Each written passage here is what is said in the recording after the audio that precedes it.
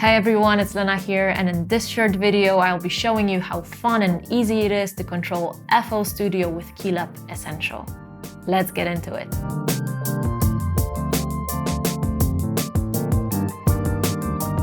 FL Studio comes with a dedicated KeyLab Essential MIDI script, which allows it to be recognized instantly after launching it alongside your DAW. However, it's always good to make sure you're using the latest DAW versions to ensure the best KeyLab Essential integration experience. Normally, with the latest DAW version, you won't need to dive deep into the menu to set it up, as it's done automatically when you launch your DAW. Let's start with the KeyLab Essential's main encoder. This controls different things depending on what tab you have selected in FL Studio. If you're in the channel rack, it will navigate through the selected tab. And if you're in the mixer or browser, it will navigate through those windows, allowing you to speed up your workflow.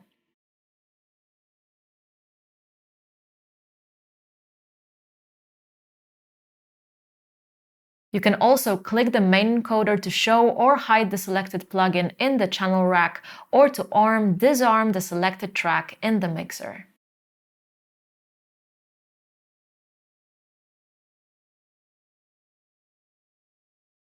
Another way to use KeyLab Essential to control FL Studio is to use its contextual buttons that have different functions. Contextual button number 1 toggles between controlling the channel rack and browser.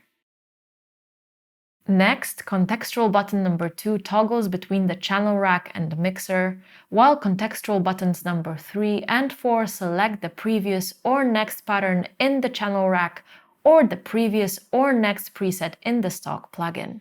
Moving on to the transport section, we have the play, stop, record, and loop buttons. These buttons are self-explanatory and allow you to control the playback and recording of your music. Now let's talk about the KeyLab Essential knobs and faders.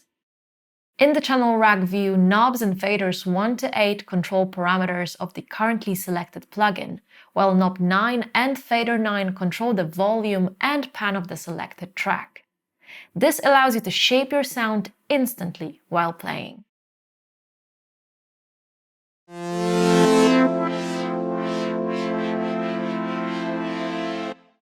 Now in the mixer view, knobs and faders 1 to 8 control the volume and pan of the corresponding track, while knob 9 and fader 9 control the volume and pan of the master track. The Part button is a key feature. It lets you shift the control of the 8 tracks you're working with. Pressing it toggles between shifting those 8 tracks by 8 steps and reverting to the default position. Long pressing the Part button and turning the main encoder will let you shift the controlled mixer bank. Pressing it again will go back to controlling the device.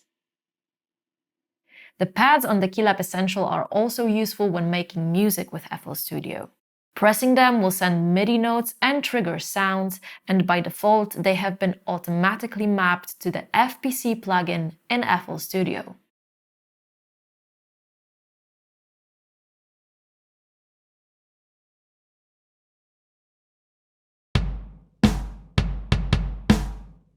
Finally, if you're using Arturia software instruments like Analog Lab, make sure to connect the plugin to the MIDI input 10 by entering MIDI settings in the top left corner.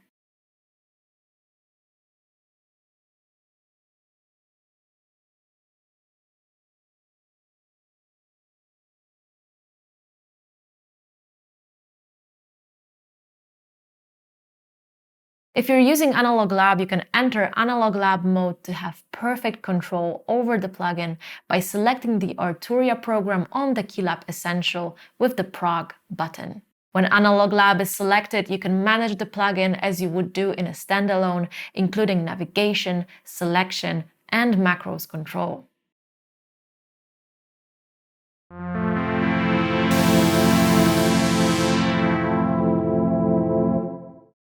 Okay, that's it. I hope that this video has given you the chance to see how seamless it is using KeyLab Essential with FL Studio. For more detailed information on KeyLab Essential and how to use it, make sure to watch our dedicated video series on our channel. Thanks for watching, and see you soon.